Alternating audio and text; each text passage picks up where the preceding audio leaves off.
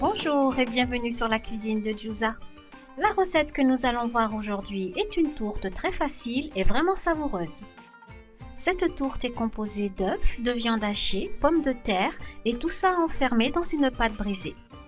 Une manière différente de présenter ce plat et qui sera toujours agréable de préparer, soit avec du poulet ou du thon.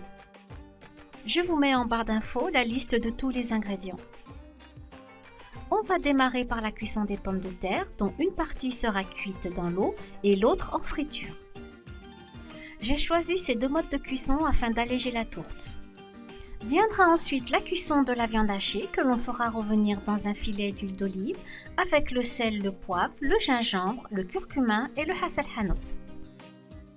Je n'ai pas quantifié les épices car c'est vraiment au goût de chacun. Dans un saladier, on va battre en omelette 5 œufs avec le sel et le poivre. Les 2 derniers œufs seront rajoutés au cours de la préparation en fonction de la consistance de l'appareil. Puis je vais venir incorporer ma viande hachée, les pommes de terre rissolées et pommes de terre cuites à l'eau, l'oignon émincé, le piment vert émincé, un peu de noix de muscade pour parfumer la pomme de terre, le curcuma, le fromage râpé, le persil, la coriandre. Et on va mélanger tout ça délicatement pour ne pas écraser les pommes de terre.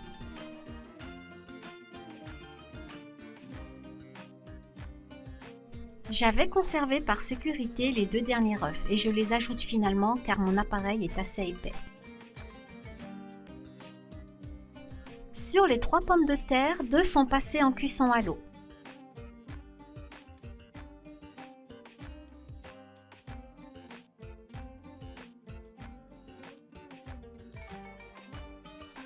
Et je termine cette préparation en rajoutant mon fromage en portions. Je vais verser la totalité de la garniture sur la pâte brisée que j'ai préalablement foncée dans un moule à tarte et que j'ai piqué à la fourchette.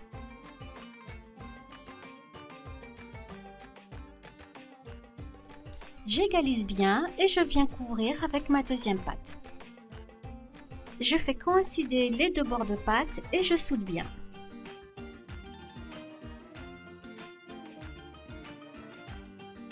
Puis avec un jaune de battu, je vais badigeonner toute la tourte.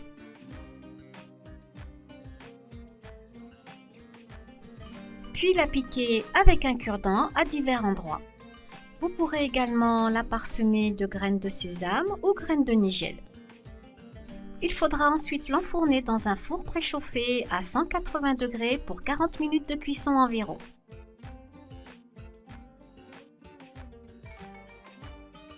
Laissez tiédir votre tourte avant de la déguster. La pâte brisée pourra se remplacer par de la pâte feuilletée ou de la pâte filo pour plus de croustillant. Et choisir de mouler votre tourte dans un moule à cake. J'espère que vous réaliserez chez vous cette tourte tunisienne. À très bientôt pour une nouvelle vidéo.